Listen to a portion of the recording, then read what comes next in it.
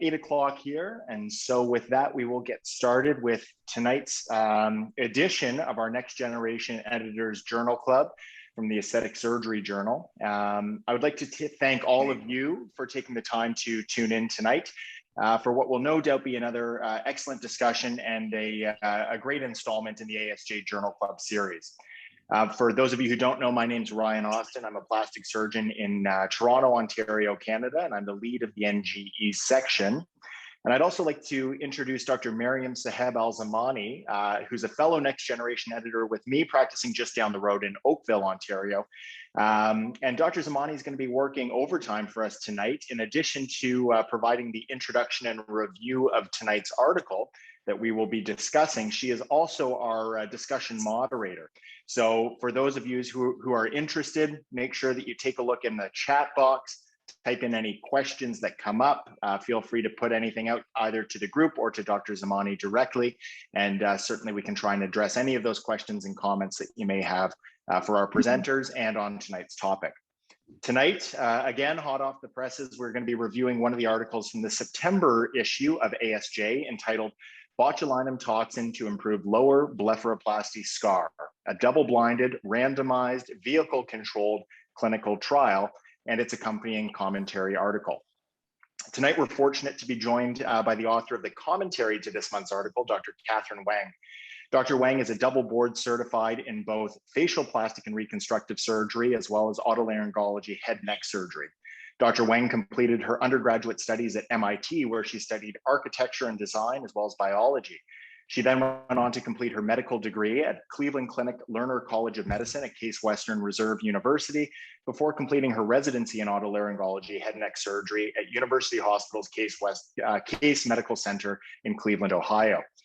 After completing a fellowship in facial plastic and reconstructive surgery with Dr. Vito Catella in Rochester, New York, she started her practice in Bryn Mawr, Pennsylvania, and Cherry Hill, New Jersey. Thank you so much for joining us here tonight, Dr. Wang, and for sharing your expertise and experience, as well as thank you for writing such a great commentary for ASJ. We're also fortunate tonight to be joined by Dr. Gabriele Miotto. After completing her training in plastic surgery in Brazil, Dr. Miotto completed fellowships in aesthetic and oculoplastic surgery, as well as a master's of education. Dr. Miotto is in private practice in Atlanta, Georgia, where she serves as clinical faculty at Emory University. In addition to her work as Assistant National Secretary for the International Society of Aesthetic Plastic Surgery, Dr. Miotto serves on the editorial board of ASJ Open Forum as the section editor for the oculoplastic surgery section. Thank you so much for joining us tonight, Dr. Miotto, and for sharing your expertise and experience on this interesting topic. I'm very excited and I can't wait for tonight's discussion. So without any further ado, I will hand the controls over to Dr. Zamani to start off tonight's Journal Club. Thank you so much for that introduction to all our NGE members and our invited guest speakers tonight. Thank you, Ryan. So it's my pleasure to be able to briefly present to everyone tonight this very interesting article on behalf of the authors, Dr. Wang and their colleagues. And the title of this article is Botulinum Toxin to Improve Lower Blepharoplasty Scar, a double-blinded, randomized, vehicle-controlled clinical trial. If we go to the next slide, please. Thank you. So the objective of the study was to determine whether immediate injection of the botulinum toxin type A immediately after transcutaneous lower blepharoplasty improved that subciliary scar quality. With respect to study methodology, the authors utilized a prospective, randomized, vehicle-controlled, double-blinded study whereby they enrolled 40 Asian adults over the age of 45 who underwent bilateral lowered blepharoplasty with canthopexy. 20 patients were in the Botox group and 20 patients were in the saline group. For patients that did receive the experimental side of the study, they received about 0.3 milliliters of solution containing 2.5 units of botulinum toxin A, so 7.5 units total on each side into the lateral orbicularis oculi muscle. And as the control, the vehicle control was a similar amount in terms of volume that was injected of normal saline only. Thereafter, a blinded assessment was performed by a dermatologist and a plastic surgeon using 3 different types of scores. One was the Vancouver Scar Scale, then the visual analog scale, and lastly, with assessment of the scar quality itself using a photograph with measurements taken at 3 reference points at the final follow-up for each patient. The 3 points of the scar measurement were at 1 millimeter from the most lateral end of the scar, the transition point between the 2 arms of the subciliary incision, and 1 millimeter from the most medial end of the scar, as illustrated in the photographs we have here for you. Next slide.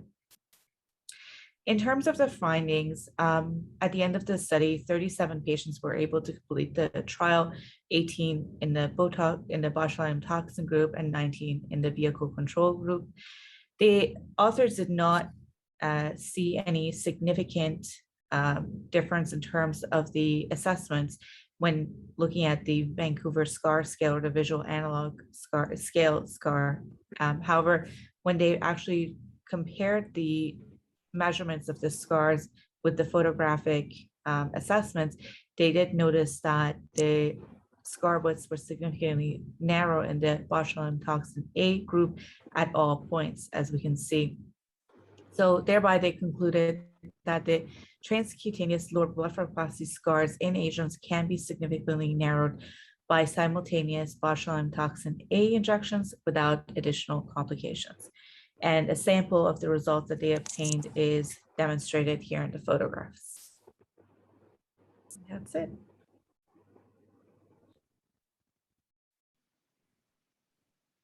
Thank you so much, Maryam, for that excellent review of this article. Now, on the initial mailer, we were supposed to be joined tonight by Dr. Jean Carruthers. As we mentioned, the Vancouver Scar Scale, it brings her to mind. Unfortunately, she had another last-minute commitment that came up, and she was unable to attend with us live tonight. But Dr. Carruthers, known for her pioneering work with the development of botulinum toxin, we thought would be an excellent speaker tonight on her experience and her thoughts in this article. So she was kind enough to forward us a brief video with some of her thoughts on tonight's article, which we would like to run for you now. Drs. Austin and Weng, Dr. Cáceres, Miotto, and Saheb Al-Zamani.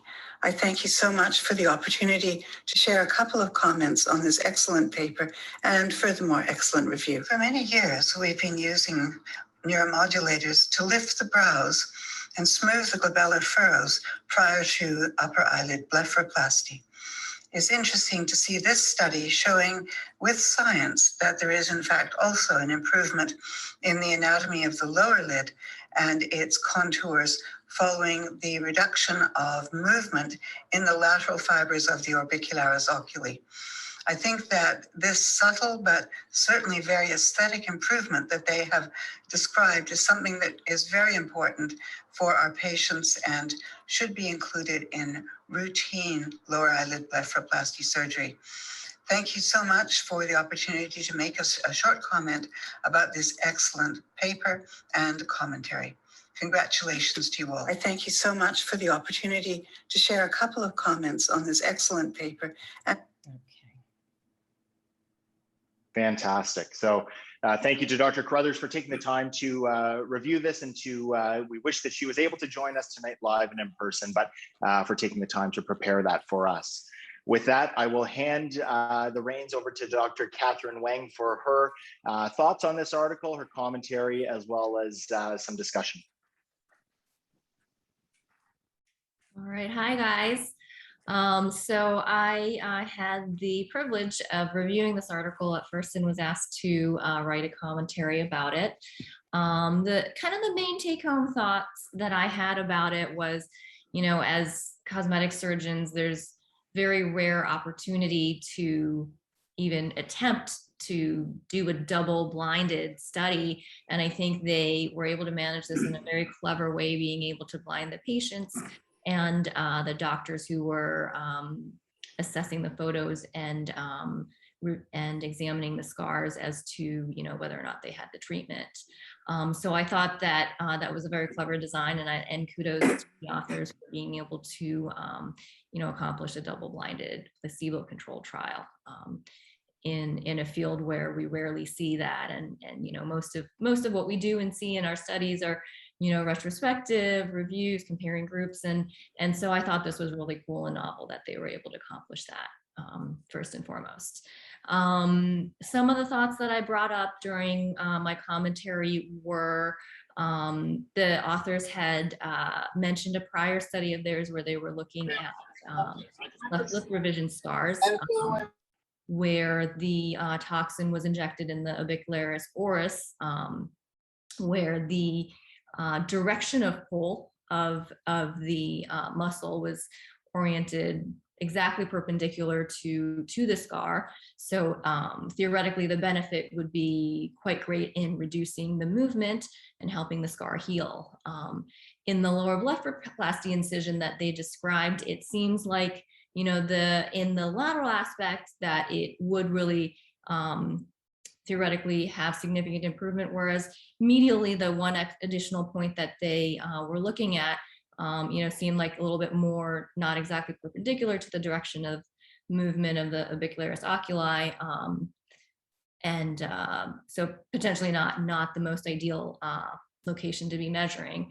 They did look at two scar scales, the Vancouver scar scale and the visual analog scale, both of which I think were originally meant to assess kind of burn scars or traumatic scars, where there would be a lot more to the scar and color and height and all kinds of things, rather than a carefully planned, well executed surgical scar. So it seems like it's pretty expected that they wouldn't find a big difference in groups in that, and they didn't. But the most objective measure was actually the distance or the thickness of the scar, which they could measure numerically, and that was probably the most important, where they found a difference. So so that was great. And then the only other point that I had thought about mentioning was in these patients, were they ever to do it again, potentially a split face study versus treating each patient differently could have allowed for better controls, given, patients with thicker skin, darker skin, different amount of pliability and things like that. But otherwise, overall, I thought it was a really good point that they made, and something that I expect to apply to my practice. That's great. Thank you so much for sharing that. I think that those are all fantastic points to keep track of. And Dr. Miotto, I'd love to hand the reins over for your thoughts after going through this article and hearing what Dr. Carruthers and Dr. Wang had to say. Yes, thank you for the opportunity to be here. Good evening, everybody. I think I would like to commend the authors first for trying this high evidence design of their study, because this is very much needed in our specialty, especially in aesthetic surgery, which is very difficult to do. And I was reading through the comments, and one of the things that I would like to see, and actually that'll be something very nice for all the audience that are here, many of whom do aesthetic surgeries of the eyelids, because for us to analyzing really how a scar behaves with intervention, a self-controlled design is really the standard. And this study actually could have the potential to do that, although it was really good, is ideal for us to try to compare the patient's own scar with themselves. And potentially with a larger sample, I think they could have found a difference or not, we don't know, right? So for that, we would have to really power the study and see how many people we will really need to show this difference. One of the concerns to me would be that they use Botox, for example, just for a transcutaneous lower lid blepharoplasty without no transection of the muscle. So not a skin muscle flap, which in my view, by using Botox, could really have a more problematic outcome in the post-op when we also, that muscle is already weakened by the surgical incision. And that goes with Dr. Sarhadi's question, how do I feel about the risk of ectropion using Botox to the lower lid?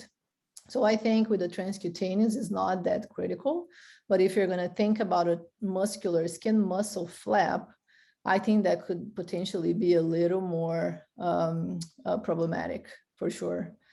And we could have used, for example, a phase Q validation assessment of the scar, because phase Q has been validated for several scar and for aesthetic outcomes.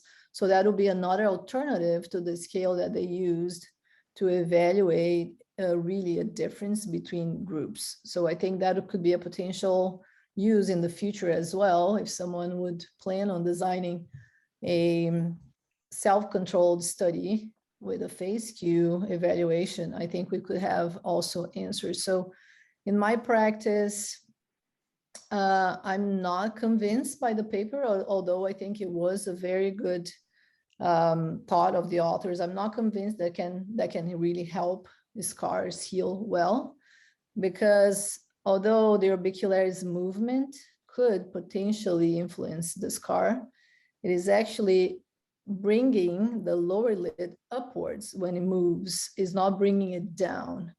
And botulinum toxin weakening this muscle could actually have an effect into the position of the scar as well.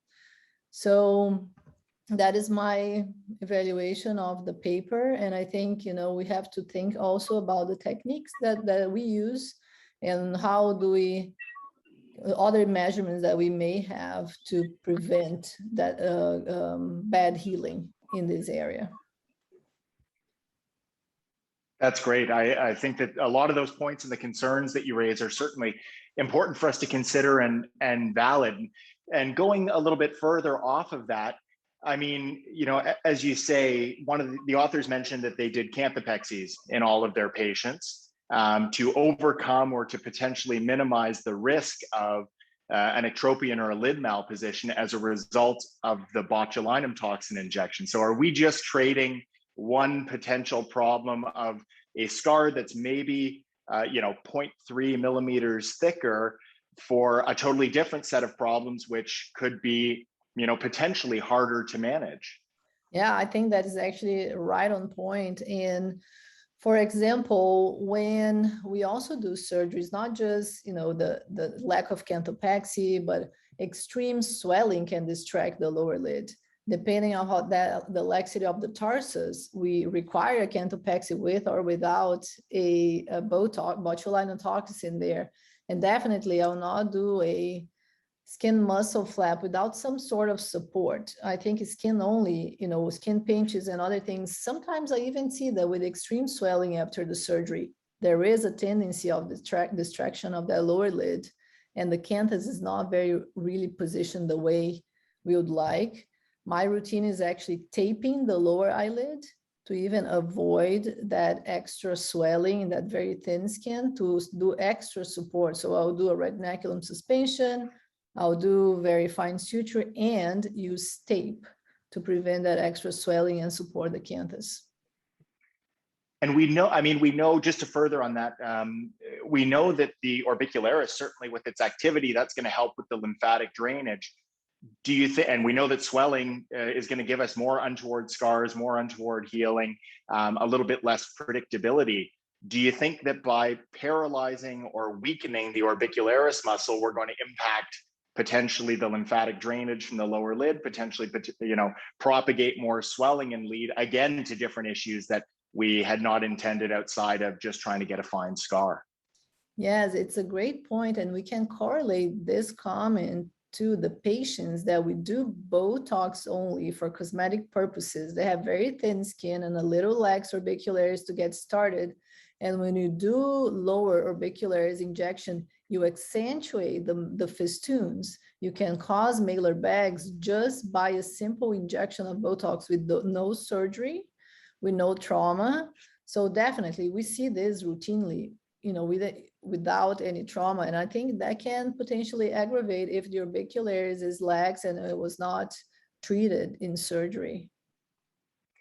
And Dr. Wang, the authors mention that the patients in the study were all of Asian background.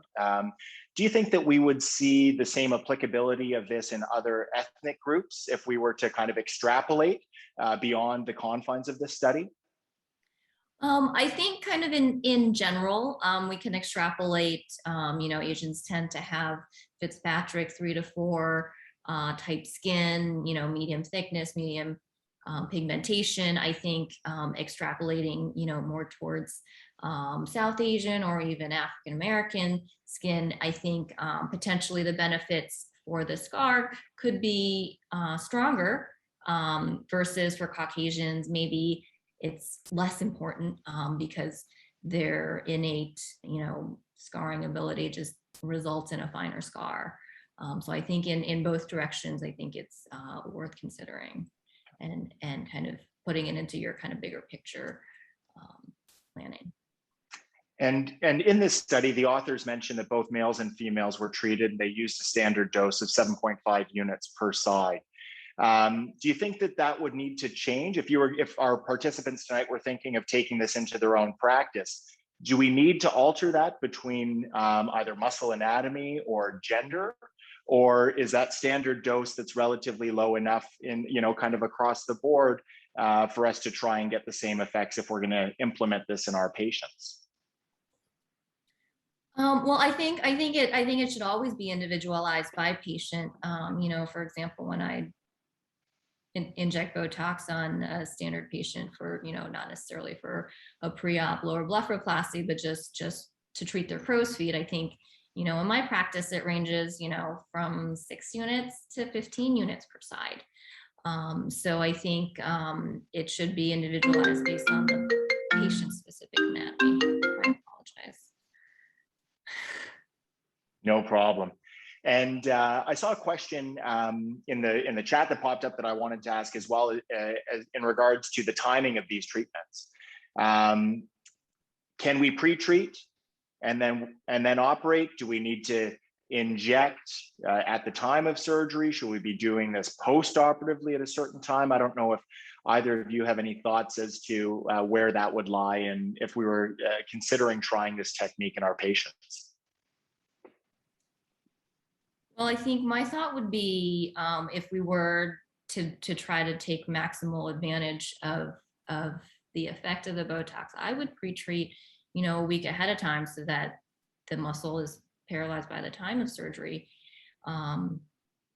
If we were to kind of, take full advantage of what they're reporting is the benefit. And potentially retreat. Because the healing process, they did their post-op evaluation at 6-7 months. And, potentially the scar healing process could take even longer, retreat 4 months later until it's fully healed. And Dr. Miotto, do you have any thoughts on that? Do you agree? I will not pre-treat the orbicularis before surgery. I'm not convinced by the results of the paper, and I'm concerned about the orbicularis support of the lid. To me, shape and eyelid positioning is more important than that. I think one of the critical things that we don't talk as much that I see is timing of suture removal has a huge impact on the aspect of the scar. And also stabilization of the scar. So to me, I remove all my sutures for all eyelids at 4 days after surgery, and I tape it. I put compression. The only area that I pre-treat the muscle is when I'm doing a brow lift. So I'll do an upper point of orbicularis release just to keep that brow without the downward pull of the orbicularis as it heals. But it's not for scar treatment. Is for positioning and less pull and tension as the orbicularis is a strong depressor of the brow. But I'll not pre-treat. Okay. And Maryam, I've seen a lot of comments and thoughts. There's a lot of interest tonight. People are certainly asking questions. So what do you have for us from the chat box? Well, a lot of interesting points have already been discussed, but I'm happy to review them again. One of them first coming off was from Dr. Patel. He was inquiring about whether either of our discussants have any particular recommendations about an alternative scoring scale for facial aesthetics that we could use that could be potentially validated, as opposed to the VSS and the VAS, which we've already commented upon were primarily designed for burn purposes and don't capture quite what we're trying to capture in an aesthetic sense. Yeah, I think the phase Q will be the ideal that we have available right now. Can actually identify other things, not just the scar itself, but the surgical outcome and the benefit of the procedure itself. I think that could be an option. There are some other colorimetry, so softwares that can visualize colors and tension in the scar that could also be used. I don't know if Dr. Wang has any other ideas. I don't know of any specific ones, but the phase Q is a good one. Absolutely. And I know that we've already addressed some of the questions we've been seeing in the chat box. One important point from one of our attendees here, Dr. Miotto, would you mind illustrating exactly where you inject your Botox for a lateral brow lift? Yeah, so the technique I use for brow lift is usually an endoscopic brow with pexy of the whole flap, so the gala upwards towards the deep temporal fascia. So when I'm doing that, I'm releasing all the temporal adhesions, the temporal crest, all the periorbital adhesions, all the way down to the lateral canthus.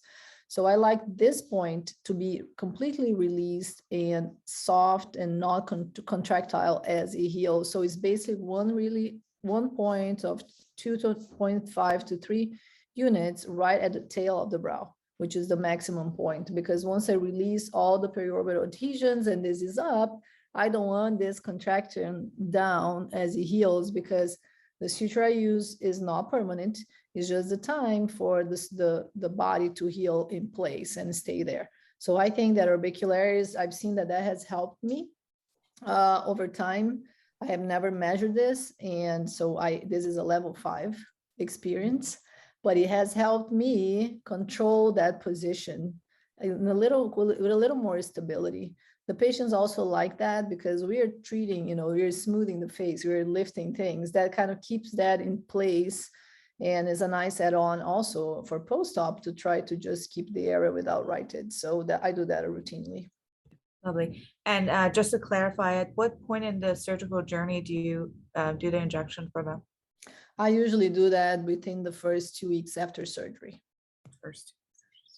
Lovely. And I know that we're running our third poll currently to get some understanding of where our attendees are coming from, but I'm happy to discuss where we've captured so far in the first 2 sets of polls that we've run. So to start off, we always love embracing new ideas and different methodologies here at ASJ, and that's why tonight's topic is something that's of great significance, because when we reflect back on what our attendees are saying is that most of them have not been using Botox for this purpose, in the setting of using it in the immediate aftermath of doing a transcutaneous blepharoplasty to try and get scar improvement.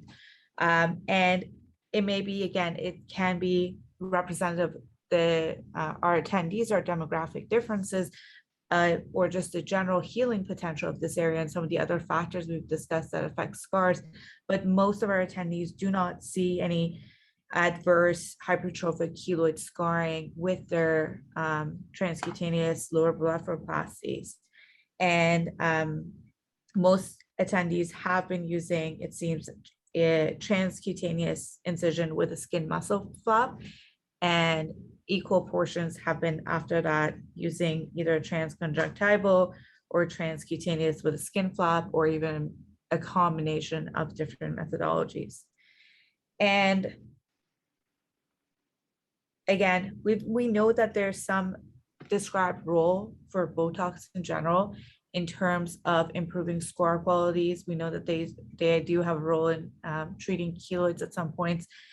Not only are we not routinely using Botox to improve lower blepharoplasty scars, but in general, our attendees aren't really using it in the setting of facial aesthetic surgery, such as facelift, otherwise either. And as such, because we're not using them, we're not really injecting them before or after. So that's all very interesting perspectives to gain from the collection of plastic surgeons that we do have in attendance tonight. Thanks so much for going over all that, Maryam. That's fantastic. It's nice to see so many people asking questions and getting involved about this topic. So Dr. Wang, I have a question for you. If you mentioned maybe this is something that you may consider doing in some of your patients in the future and moving forward. As Dr. Zamani mentioned, there's certainly going to be a mix here. We don't know how much of this is the muscle weakening effect. We don't know how much is direct scar effect or fibroblast inhibition, potentially limiting scar formation. Do you think that a second treatment, we know that most of the botulinum toxin or the neuromodulators that we use are gonna wear off after a period of time, typically 3 to 4 months, but scar maturation and healing will go on for 6, 8, 10, 12 months or longer. Do you think there's any role to retreat to try and maintain this effect? I think it's there may be. I think another way to look at that would be, in your post-op patients as you see them, in 2 months later, and if you start to notice widening scars or things like that, and one option to kind of try to address that post-op is a delay treatment, whether or not it's pre-treating and then retreating. But even in patients that, maybe you didn't really think needed it ahead of time, but later on start to notice a little bit widening, it potentially could help. Theoretically, I, don't have anecdotal or data to support that, but I think it's worth thinking about. And Dr. Miotto, did you have something that you'd like to say? As I see that two of the great plastic surgeons that I admire here in the audience, Dr. Jack Friedland and Dr. Rob Singer, I don't know if they could comment on this. I would like to hear their opinion, if possible. It's Robert Singer. I appreciate that introduction. I tend to agree with Dr. Miotto. I don't see thick raised scars in most of the patients I operate on for the lids. I operate on Asian patients. I operate on Central American patients. I operate on African American patients. Generally, the scar in the lower lid is not a problem. I think malposition of the lid is more of a problem. And because of that, I don't do typically a skin muscle flap. I do a skin flap and then just make little piercings in the muscle to contour the fat pad. I've gotten to the point where when I came out of residency about 100 years ago, I thought that lower lids were one of the easiest procedures that I knew how to do. Now I think it's one of the most difficult procedures to do consistently. And I do a canthopexy, a conservative one, just to keep the position of the lid in pretty much every patient. That's not a canthoplasty, and it's not necessarily taking apart the lateral canthoreticulum, but it's at least tightening that. And I find that it helps long term. I've used Botox for other reasons other than the scar. I've done it preoperatively. I've done it intraoperatively, which is not my favorite. And I've done it postoperatively. Doing it intraoperatively, I don't feel like I have as much control longer term with the lid position. I would either do it preoperatively, like a pre-op couple weeks ahead, or I would do it postoperatively. I think it's an interesting paper.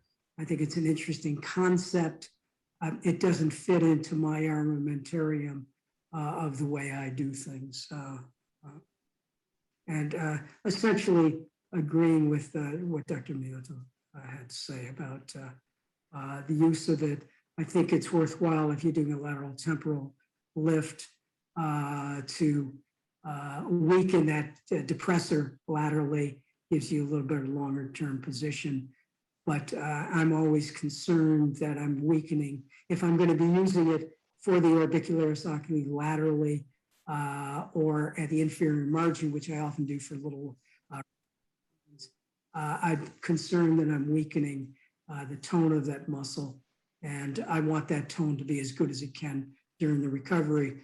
Even without that, I have problems in some patients with, as Dr. Miotto said, with swelling, with you can get some chemosis, you can get some pulling down. So that would not be my approach. But that's, I've always said different chefs cook different ways, different great chefs cook different ways, and they still end up with good meals. So I think there's a lot of different approaches. Yes, thank you so much. Dr. Friedland. Yes, I think that we all know the skin of the lower eyelid is the thinnest skin in the body, and it heals so well. I've never had a problem with scarring.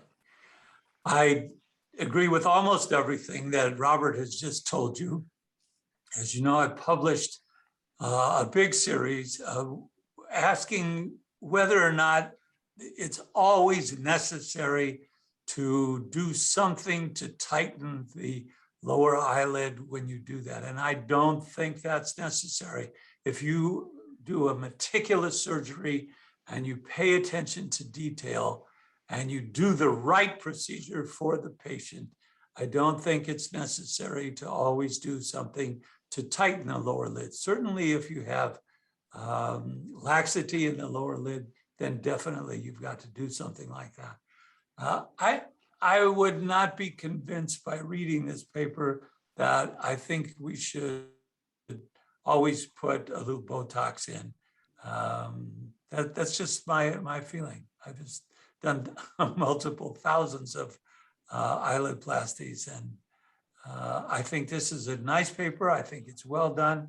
I appreciate all the comments from Dr. Austin, Gabi, from you, Dr. Weng, but the young people in this audience that are attending this journal club, don't think that you have to do this every time to get a good result. That's great. Thank you both so much for sharing your thought and your expertise. It's that's what I love about these journal clubs, is that we really have a spread of expert senior surgeons who have been doing this for years and their wisdom, and we have residents who are just starting and going to be coming up to the beginning of their practice. And on that note, can I jump in a second? It's Robert Singer. I just compliment you, and I want to compliment Maryam. I've done this for a long time, but I log on to these because I find them really interesting, educational. I think you do a great job, not only for somebody in residency, but for somebody in practice. These are always practical. There's always something to learn. And I'm thrilled that ASJ does this. And I hope you continue to do this in the future. Thank you. No, thank you so much. That it certainly means a lot to us. And we couldn't do this without our attendees. We couldn't do this without our expert speakers. And on that note, I'd like to hand things over to Dr. Wang and to Dr. Miotto for one more comment from each of you for maybe some of our surgeons who are entering practice, some who are just going to be doing these procedures. Maybe they're doing their first lower blepharoplasty coming up, or they've done a handful of lower blepharoplasties. What pearls, what tips, what techniques, what should we be doing to try and not only get great results, but be safe? To minimize complications, minimize issues. Outside of the scope of Botox and botulinum toxin neuromodulators, what that's going to do. what pearl do you have to hand over to these young surgeons so that they can take that forward into their practice and use that to try and get the best results possible? Dr. Wang, I'll start with you. Let me unmute myself. So yeah, I think you know, I'm early in my career as well, so I don't know how many great pearls I have to share, but I agree, you know, with Dr. Miotto and Dr. Friedland, Dr. Singer. It seems, you know, definitely the lid position, the risk of ectropion is a bigger problem, a more common problem than a widened scar in the lower lid. So I think early on, you know, the things I have learned on my or learned through some experiences is, you know, if you need to tape or do a frost stitch, be very aggressive about treating that ectropion to prevent it from becoming a permanent problem that requires a revision. To me, I think for people that are starting, one of the things I have always relied on is to not really what kind of great surgical technique you can do, but I think you need to see first what the problem really is. We don't age the same. Some patients age by hollowing out, so they have a lot of deficiency in volume and position, and a lot of patients age by descent, by bulging.